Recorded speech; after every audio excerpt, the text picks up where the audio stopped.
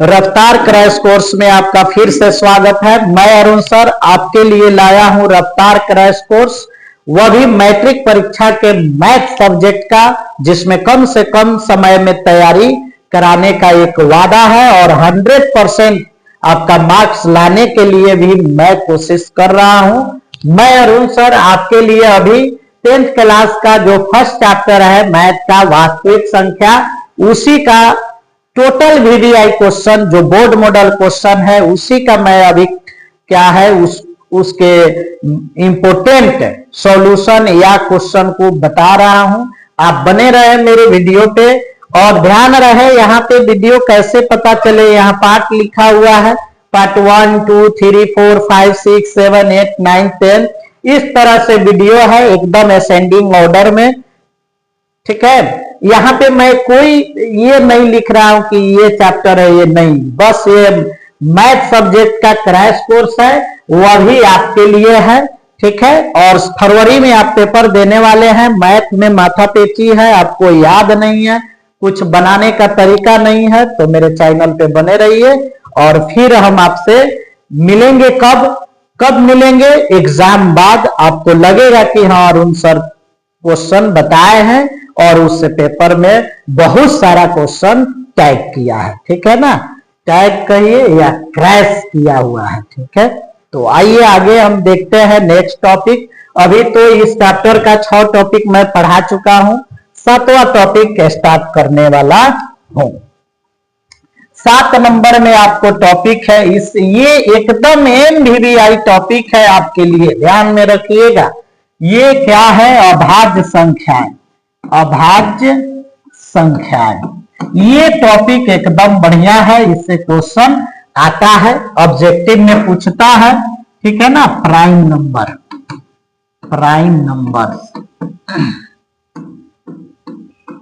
बहुत मेहनत करना पड़ता है, वो भी आपके लिए, हम अपने लिए भी कर रहे हैं ताकि मेरा चैनल भी ग्रोथ हो और आपका पेपर भी बढ़िया से जाए। चलिए तो यहां देखते हैं अभाज्य संख्या में हमें क्या करना होगा, क्या समझना होगा, ठीक है ना। सबसे पहले तो डिफिनेशन मैं नहीं बता रहा हूं, लेकिन कंसेप्ट इसका आपको क्लियर करा दे रहा हूं प्रत्येक टॉपिक का कि इसमें क्या पढ़ना है क्या नहीं पढ़ना है, ठीक है। अभाज्य संख्या में एक बात ध्यान में रखेंगे कि कोई भी अगर आप संख्या लेते हैं उसका मात्र 2 ही गुणनखंड होता है। कितना होगा? 2 ही, यानी वह स्वयं से कटता है और नहीं तो क्या हो, 1 से कटेगा, ठीक है ना। अर्थात कहने का मतलब यह है कि वही 2 ही गुणनखंड होंगे तो क्या कहलाएंगे? अभाज्य संख्या कहलाएंगे। कौन सी संख्या? पहले यहां पे हम देखते हैं कि केवल 2 गुणनखंड क्या हो, केवल 2 गुणनखंड हो, 2 गुणनखंड हो, ध्यान में रखिएगा, केवल 2 गुणनखंड हो।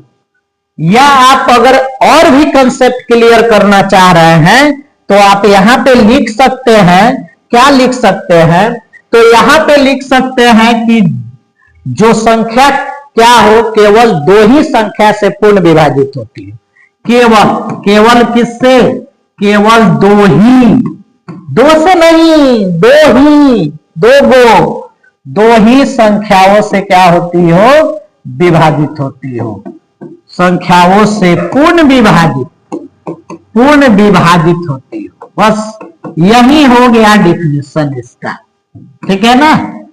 केवल 2 गुणनखंड हो या केवल 2 ही संख्याओं से क्या हो? पूर्ण विभाजित होती हो, वही अभाज्य संख्याएं होती। वो 2 कौन सी संख्या होगी? तो कोई भी अगर आप संख्या लेते हैं तो वह स्वयं से कटेगा और नहीं तो किससे कटेगा? तथा 1 से, बस वह स्वयं से कटेगा और नहीं तो 1 से। अर्थात कटने का मतलब यह है कि वह स्वयं जो है वह उसका गुणनखंड स्वयं होगा और नहीं तो वह 1 से कटेगा या उसका गुणनखंड 1 होगा, ठीक है। कटना मतलब यहां गुणनखंड पर भी ध्यान रखिएगा, ठीक है ना। जो संख्या केवल स्वयं से कटे और किससे कटे? 1 से कटता है। ठीक है, क्लियर हुआ? कैसे, एक बात हम करते हैं यहाँ पे। अगर आप ले लेते हैं, जैसे यहां देखेंगे, अगर आप ले लेते हैं, क्या लेते हैं, कोई संख्या ले लेते हैं, जैसे हमने ले लिया 5, तो 5 का गुणनखंड क्या होगा 1, और एक और गुणनखंड क्या होगा 5। इसको हम कहेंगे ये क्या है, 1 हो गया, और खुद ही 5 है और 5 से कट रहा है, इसी को तो हम स्वयं कहेंगे या अपने आप कहें। इस 5 का गुणनखंड किसी 1 और 5 के अलावे और कोई होगा? नहीं होगा। तो ऐसी ही संख्याएं क्या कहलाएगी? अभाज्य संख्या। क्लियर हुआ कि नहीं हुआ? क्लियर होना चाहिए कि अभाज्य संख्या क्या, जो मात्र 2 ही संख्याओं से कटता हो, उसका नाम क्या है? 1 और स्वयं। और दुनिया की सारी संख्या 1 और स्वयं से विभाजित होती है, ये ध्यान में रखिएगा। ठीक है, आगे अब थोड़ा सा और इसको हम अच्छा करना चाहेंगे। आप स्क्रीनशॉट लेकर आप नोट्स बना सकते हैं। आइए तो थोड़ा सा और आगे हम लोग बढ़ते हैं।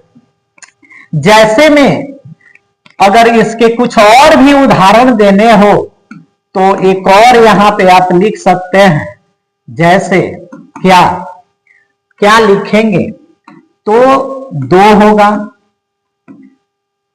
3 होगा, 5 होगा, 7 होगा, 11 होगा, 13 होगा, इसी तरह चल जाएंगे हम लोग। 97 होगा, 97 होगा, dot dot dot dot dot. बस आपको क्या करना है इत्यादि, आपको इतना ध्यान रखना है कि ये जितनी भी संख्याएं हमने लिखी है, ये सब 2 संख्याओं से विभाजित होती है। वो भी कौन? तो 1 और स्वयं। इनका अगर गुणनखंड भी आप निकालते हैं तो क्या होगा? 2 ही गुणनखंड यानी 2 ही संख्याएं आएंगे। कौन कौन? एक तो 1 होगा और जिस संख्या का निकाल रहे हैं वो होगा। ठीक है, आगे हम बढ़ते हैं। यहाँ पे कुछ डाउट है बच्चों का। क्या डाउट रहता है कि सर 1 होगा कि नहीं होगा? अभाज्य संख्या 1 जो है होगा कि नहीं होगा? नहीं होगा, ध्यान में रखिएगा। अगर आप इसको कर रहे हैं तो ये 1 होगा, आप फिर स्वयं कीजिएगा तो स्वयं कौन सी, फिर ही क्या बन के आएगा? 1 है। तो एक ही संख्या को एक संख्या से 4 जगह लिखिएगा? नहीं। इसलिए आप ध्यान में रखेंगे 1 जो है अभाज्य संख्या नहीं है। तो 1 के बाद ठीक बाद कौन सी संख्या होगी? 2 जो है अभाज्य संख्या है। तो यहाँ पे एक ऑब्जेक्टिव निकल के आ रहा है, वह भी आपके लिए मोस्ट इंपोर्टेंट क्वेश्चन है मैट्रिक बोर्ड परीक्षा के लिए। क्या है? तो सबसे छोटी इसमें अभाज्य संख्या क्या होगी? सबसे छोटी अभाज्य संख्या क्या होगी? अभाज्य संख्याएं क्या होगी? संख्या लिखेंगे, ठीक है ना? तो 2 क्या होगी? 2। सबसे छोटी अभाज्य संख्या क्या है? 2 है, सबसे छोटी। याद रखिएगा, इससे क्वेश्चन आता है, घुमा फिरा के आए चाहे सीधा आए, लेकिन आता है। ठीक है, ये आपके लिए वेरी वेरी इंपॉर्टेंट क्वेश्चन है। अब आगे बढ़ेंगे, इनकी संख्याएं क्या होगी? तो बाबू अभाज्य संख्या भी अनगिनत होती है या आप कह सकते हैं अनंत। ठीक है ना? ये भी बहुत, इनकी संख्या जो है अनंत है, इनका कोई अंत नहीं होता है। आप गिनते चल जाइएगा नहीं, लेकिन ये समाप्त तो होने वाले नहीं। तो अभाज्य संख्याओं में आपको सबसे वीवीआई क्वेश्चन यही है कि सबसे छोटी अभाज्य संख्या क्या होगी? तो यही 2 होगी। ठीक है, अभाज्य संख्याओं का गुणनखंड कितने होते हैं? 2। अभाज्य संख्या किससे कटता है? तो 1 और अपने आप से, स्वयं से। ठीक है ना? इसी से कटता है। तो अभाज्य संख्याओं में इसके अलावा कोई क्वेश्चन नहीं है। ठीक है ना? हाँ, ये सब आपको याद रखना है। 2 अंकीय प्रश्न ही आता है। कैसे आता है? नेक्स्ट पेज पे हम बताते हैं। देखिए 2 तरह के क्वेश्चन पूछे। कैसे? एक तो क्वेश्चन आएगा निम्न में कौन सी अभाज्य संख्या है, कौन सी अभाज्य, चाहे कौन सा अभाज्य संख्या है, अभाज्य संख्या है। ये आपके बोर्ड मॉडल क्वेश्चन है, ऑब्जेक्टिव है और बहुत सुंदर क्वेश्चन है। बने रहिए मेरे वीडियो पे, आपको अच्छा क्वेश्चन भी मिलेगा, आपको लगेगा हाँ ऐसे कोई। निम्न में कौन सा अभाज्य संख्या है, आपको ये नंबर देगा, ये देगा, मान लीजिए आपको 20 दे दिया, बी नंबर दे देगा आपको 87 दे दिया, सी नंबर आपको दे देगा 41 और डी दे देगा आपको 62। पहचानेंगे कैसे कि इसमें कौन सा आंसर होगा? तो ध्यान में पहले रखेंगे कि जो शून्य है वो 2 से भी कटता है। तो बताइए 20 1 से तो कटेगा, आप अपने से कटा, यहाँ शून्य है तो 2 से भी कटेगा, तो यहाँ 3 हो गया। हमको अभाज्य संख्या में कितनी गुणनखंड चाहिए? मात्र 2 गुणनखंड चाहिए। इसका मतलब यह आंसर नहीं है, ये गलत है। दूसरा अगर चेक करते हैं तो 8 7 15 जोड़ेंगे तो 15 हो गया, तो 15 हुआ, इसका मतलब ये 3 से भी कटेगा। तो 1 से तो सारी दुनिया की संख्या कटती है और स्वयं से भी कटती है। तो अगर हम देखते हैं तो 87 1 से भी डिवाइड है और 87 से भी है, लेकिन साथ साथ 3 से भी है। इसका मतलब इसमें गुणनखंड कितना चाहिए? अभाज्य गुणनखंड तो मात्र 1 और स्वयं, तो इसमें तो ज्यादा आ रहा है। इसका मतलब यह भी आपका क्या है? अभाज्य संख्या नहीं है। आगे बढ़ेंगे तो यहाँ अगर 41 हम देख रहे हैं तो 41 यानी यहाँ 4 1 5 हो रहा है। देखिए इकाई के स्थान पर 1 है तो 2 से नहीं कटेगा। उसके बाद 4 1 5 जोड़ रहा है तो 3 के पहाड़ा में 5 नहीं है तो 5 से भी 3 से भी 41 नहीं कटेगा। 3 के बाद 5 से भी नहीं कटेगा। 7 से देख रहे हैं तो 7 5 35 7 6 42, 7 से भी नहीं कटेगा। तो इस तरह से हम देखें 7 से तो 11 चौका 44 होता है, यानी कहने का मतलब यह 11 से भी नहीं कटेगा। 19 दूना 38 है, ये भी 19 से भी नहीं कटेगा। 13 तिया 39 है, नहीं कटे। इसका मतलब 41 का गुणनखंड 1 होगा और नहीं तो स्वयं होगा, क्योंकि दूसरा नहीं मिल रहा है। इसलिए लॉक कर लीजिए इसको, यही आपका आंसर होगा, यही हमारा क्या है? अभाज्य संख्या। आगे जाने की कोई जरूरत नहीं है, बस आपका आंसर यहाँ सी मिल गया, वहीं पे इसको ठप कर देंगे, ठीक है ना? वहां पे लॉक कीजिए, अपना आंसर बनाइए, आगे बढ़ने की कोई जरूरत नहीं है। अगर नेक्स्ट क्वेश्चन देखते हैं तो कैसे, किस टाइप का होगा? तो इसी क्वेश्चन को वो कैसे बनाएगा, कैसे लिख देगा? तो लिख देगा निम्न में कौन अभाज्य संख्या नहीं है, कौन अभाज्य संख्या नहीं है। कौन सा भी लिख सकता है, ऐसे भी है, अभाज्य संख्या नहीं है, संख्या नहीं है। बताइए, बार बार बता रहे हैं, पिछले वीडियो में भी बताए थे, निम्न में कौन अभाज्य संख्या। इतने बच्चा पढ़ लेगा, जल्दी से टिक लगा लेता है, नहीं, पूरा बढ़िया से पढ़िए, क्वेश्चन लास्ट तक पढ़ना है। निम्न में कौन अभाज्य संख्या नहीं है, निम्न में कौन अभाज्य संख्या नहीं है। अभाज्य संख्या नहीं है, इसका मतलब कौन संख्या होगा? दूसरा कोई संख्या होगा, यानी उसके अभाज्य संख्या नहीं है, इसका मतलब उसका गुणनखंड 2 से ज्यादा होगा। तो आइए देखते हैं ऑप्शन में कैसे होगा। तो ऑप्शन में यहाँ पे मान लीजिए कौन अभाज्य संख्या नहीं है, मैंने 19 लिखा, बी लिखा 23, सी लिखा 97 और डी लिखा यहाँ पे आपको 25, ठीक है।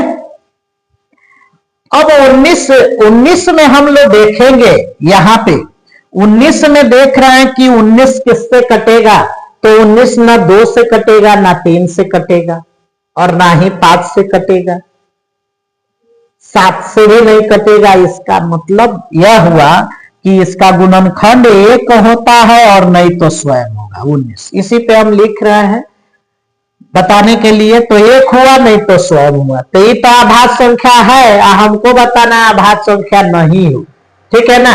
अब इसमें आएंगे तो 23 का भी एक होता है और यहाँ पे 23 का स्वयं, यानी ये एक से भी डिवाइड है और 23 स्वयं से, दूसरा किसी से नहीं होगा। आप विभेद्यता का नियम इस पे इस्तेमाल कीजिए, ठीक है ना। 97 भी अगर देख रहे हैं तो यह भी एक से होता है या नहीं तो किससे होगा, 97 यानी स्वयं से होता है। लेकिन 25 का देखेंगे तो 25 का यहाँ पे एक होगा नहीं तो 25 होगा, और 25 एक और संख्या से डिवाइड होता है, किससे, 5 से। किससे डिवाइड होता है, 5 से होता है। यानी कहने का मतलब है इस सब का गुणनखंड दो गो है, देख लीजिए दो गुणनखंड है, लेकिन इसका गुणनखंड कितने हैं, 3 है, अर्थात यही लॉक कर लेंगे, यही हमारा आभास संख्या नहीं है, 25 आभास संख्या नहीं है। ग्रांटेड है कि ऐसे क्वेश्चन आपके पेपर में आते हैं और ये VVI क्वेश्चन है, ठीक है ना। तो बोर्ड मॉडल क्वेश्चन कैसे पूछता है, मैंने आपको आभास संख्या का टॉपिक भी पढ़ाया और उस पर कैसे आपके बोर्ड परीक्षा में क्वेश्चन आता है, ऑब्जेक्टिव क्वेश्चन, ये अभी हमने बताया, ठीक है ना। इतना आप दिमाग पे रखिएगा तो आपका पेपर जो है मैट्रिक परीक्षा में मैथ का पेपर बहुत बढ़िया जाएगा, बहुत बढ़िया, ठीक है। और आप 100 में 100 मार्क्स करके आएंगे, ठीक है। तो मिलते हैं फिर नेक्स्ट वीडियो पे एक अच्छा सा टॉपिक लेके जो आपके जीवन के लिए एकदम कहिए कि अमृत रहेगा आपके जीवन के लिए। इसलिए वीडियो पे बने रहे, कुछ समय दीजिए, ठीक है, समय दीजिएगा तो जरूर आपको लाभ होगा, ठीक है। Okay, bye bye, thank you.